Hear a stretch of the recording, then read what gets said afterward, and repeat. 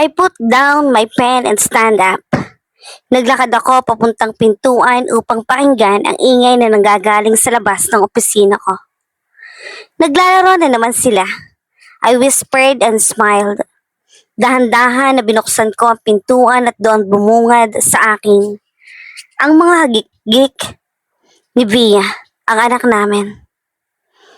Are you playing again with Daddy? Tanong ko at saka lumuhod upang magkapantay kami nito. Daddy said it's okay to play. I already finished my homeworks, Mommy. Are you sure? Lumingon ako sa paligid. I don't want you to fail your class. Lumapit ito sa akin at hinawakan ang dulo ng summer dress na suot ko. This girl really. She's using her beautiful eyes to me again. I will not fail, Mommy. I promise. I will not forget my studies. My mouth curved into a smile. Itong ugali niya na ito ang namana niya sa akin. She really care about her grades. Stop worrying about your studies. Let's play again. Daddy will be the monster. Singit ni Harvey sa pag-uusap namin ni Via. Kahit kailan talaga. Mommy, Daddy is the monster. Run! Kahit na hindi naman ako kasali sa laro nila, ay pati ako ay napatakbo.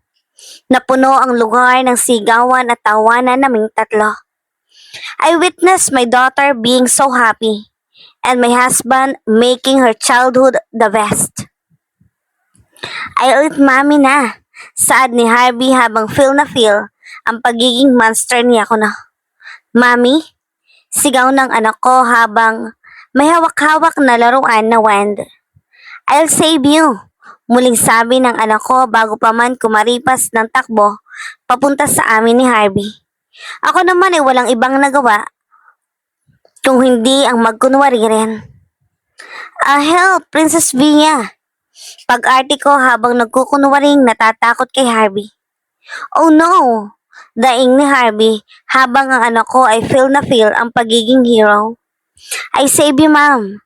Nakangiting saad ni Via na proud sa nagawa niya. Ako naman ay naglagay ng malaking ngiti sa mukha ko. Napatingin kami ni Harvey na nakahiga pa rin sa sahig at nagkukunwaring patay na monster. Lumapit kaming dalawa sa anak ko. My daughter kissed her on her cheeks. A kiss will wake up the monster and he will be a good person, sabi ng aking anak. Ako naman ay nakatingin lang sa kanya na tila naniniwala talaga ako. Grabe, ang lawak ng imagination niya. Daddy, saad ng anak ko dahil hindi nagising si Harvey. A kiss of Mommy will wake up the monster, Harvey whispered. Naningkit naman ang mga mata ko. Mommy, please. I look at my daughter. As expected, she's using her beautiful puppy eyes just to please me. Manang-mana sa ama. Inilapit ko ang mukha ko kay Harvey. Ang bala ko ay sa pisngi ko lang din ito hahalikan, ngunit bigla itong humarap sa direksyon ko dahilan upang ang mga labi niya ay mahalikan ko. Sweet! Asar na bulong sa akin ni Harvey at saka nag-lip bite. Bastos! Daddy, you kiss Mommy again in front of me? Reklamo ng anak ko. Agad na tinakpan ko naman ang mata nito. Oo nga pala. Hinahawakan ni Harvey ang kamay ko at tinanggal niya ang kamay ko sa pagkakatakip nito sa mata ni Via. It's normal, baby. It's Mommy's husband. Then, where's the baby? Nanlaki ang mata ko at napatingin ako kay Harvey. Baby? Daddy said, when two people who love each other and kiss, they will have a baby. I saw you kissing Mommy, but I still don't have a baby brother. Patago na kinurot ko si Harvey. Kung ano-ano na naman ang sinasabi nito sa anak namin. Right. The baby is on the way. Harvey smirkled. I widened my eyes and looked at him again. What? You know, baby, you're still young. We still don't want to have another baby because we want to focus our love for you. Palusot ko at pagpapaliwanag sa aking anak. I don't mind having a sister or brother. I want to have a playmate na. Naramdaman ko ang kamay ni Harvey na gumagapang sa braso ko at inakbayan ako. Sure, Daddy will not fail you at this time. Ang anak ko ay nagtaas ng tingin sa akin. Parang gusto niya mismo sa bibig ko lumabas ang gusto niyang marinig. Yeah, yes. Me and Daddy will make a baby sister or brother for you. I gulp. Napasabak patuloy ako ngayon. Eto talagang si Harvey. Tinuturuan niya ang bata para hindi ako makapalag. Dahil alam niyang hindi ko gusto na binibigo si Via. Napatingin ako sa orasan, it's almost 11 a.m. Kailangan na naming bumiyahe papuntang bahay nila Harvey. We will have a lunch with his family. Tumayo ako at tinawag ang sekretarya ko. China, pakitawag na ang tagabantay ni Via. Pakisabi na mauna na sila sa sasakyan. Saad ko sa sekretarya ko. Sure, sagot nito ang sinunod nga ang sinabi ko. Maya-maya pa'y dumating na ang tagabantay ng anak ko. Binilin ko na ito sa kanya. Bumaba na sila at nauna sa sasakyan at kami na lang ang natira ni Harvey. Loko, saad ko kay Harvey habang pinipingot ko ang tenga nito. Why? Anong why? Maang-maangan, ganon? Sarkastikong sabi ko sa kanya at saka ako naupo sa may sopa na nandito. Our daughter is the one who asked for it. Bakit ako ang sinisisi mo? Kasi, you know what, Anya? Malaki na si Via. She's already 5 years old. She's old enough to have a sibling. Lumapit sa akin si Harvey at inakbayan ako. Tila dinidemonyo pa ako ng lalaking to. Paano kung makaramdam siya ng selos sa magiging kapatid niya? Paano kung hindi pala natin kaya ang dalawang anak? Sunod-sunod na tanong ko. Iyan talaga kasi ang iniisip ko kung bakit hindi ko gustong sundan agad si Via. I'm scared. Our daughter is smart. Isa pa, narinig mo ba ang sinabi niya kanina? She said it. See? Said she won't be jealous. Napakatingin ako sa kawalan habang nag-iisip. Am I ready to have another baby? Do you just say these words just to have sex with me? Prangka na tanong ko kay Harvey. Gumisi naman ito at tumapit sa may tenga ko. A little bit. Agad na kinurot ko ang hita nito at umalis sa tabi niya. Tumayo ako at napatingin sa glass wall kung saan makikita ang magandang tanawin sa baba. You're just worried about something that we're not sure if it is gonna happen. What if you like it? Baka mamaya ikaw pa ang mangulit sa akin para lang gumawa ulit tayo ng isa pang anak. Huminga lang ako ng malalim. Napatitig ako sa ulap. Maaraw ngayon ngunit hindi naman sa building na katapat iyon. Everything is okay. It's so peaceful. Pagkatapos ng gabing nagpo-propose sa akin si Harvey, ay sinabi na agad namin sa mga magulang namin ang plano namin. After 3 months, kinasal na kami. After everything that happened, with Harvey, I became the happiest. Bumili agad kami ng sariling bahay and after 2 months of marriage, I found out that I'm already pregnant with a girl. Bia Ishen Arbaldivia, our daughter. Pagkatapos noon ay naging maayos na ang lahat. Our parents did not hesitate to support our plans and our relationship. Sila pa nga nagsabi na madiliin ang lahat. Magkasama naming hinarap ni Harvey ang mga problema namin. Mostly sa negosyo, magkaiba ang negosyo namin ni Harvey. Kaya madalas may kanya-kanya rin kaming problema. But we solved it together. We did it together. After my pregnancy, Harvey didn't want me to continue working. Pero pagkalipas ng 2 taon, pagkatapos kong manak, ginusto kong magtrabaho muli. And now it's been 5 years. Marami na ang naganap. Marami na rin ang nabago. Sa kabila ng lahat ng pinagdaanan namin ni Harvey, Dito pa rin kami dinala ng tadhana sa piling ng isa't isa. Harvey and I are so happily in love. None of us cheated. Kapag may problema, pinag-uusapan agad namin. Hindi kami na matutulog hanggat hindi namin kinakausap ang isa't isa. We handled our relationship, family, business, everything well. Kaya naman napakasaya ko ngayon. Wala na rin nanggugulo sa amin. Everything is okay and peaceful. Anya, you're not listening to me? Natigil na lang ako sa pag-iisip nang marinig ko muli ang boses ng asawa ko. Patagon na inirapan ko ito at hinarap siya. He's still very handsome. Walang kupas. Oo na. What do you mean by that? Are we doing it na ba? Like right now? I mean, I'm always ready. Lock na ko na ba ang pinto? Napakunot ako ng noo at tinaasan ko siya ng kilay. Anong pinagsasabi nito? We're not doing it here in my office. No. Tumigil ka nga. Maganda ka na, magbihis ka. Hindi ko gustong malay tayo sa lunch natin. I also want you to wear nice clothes. Napakaganda ng suot namin ng anak mo tapos pagdating doon mukha kang ewan. Ngayon na ba talaga yan? I can call mom to adjust the time so we can... Stop it, Harvey. Bumaba ka na. Sundan mo na doon si Via. Tinulak ko na ito papasok ng elevator at ako rin ang pumindot nito para sa kanya. Kitang-kita ko ang nakasimangot na mukha nito bago pa man sumara ang pinto ng elevator. Nangaasar nang ngumiti naman ako at kumaway sa kanya. Kinuha ko naman ang bag ko. Napansin ko ang sekretaryo ko, kaya naman pinuntahan ko ito at kinuha ang sobre sa bag ko. Enjoy your weekend.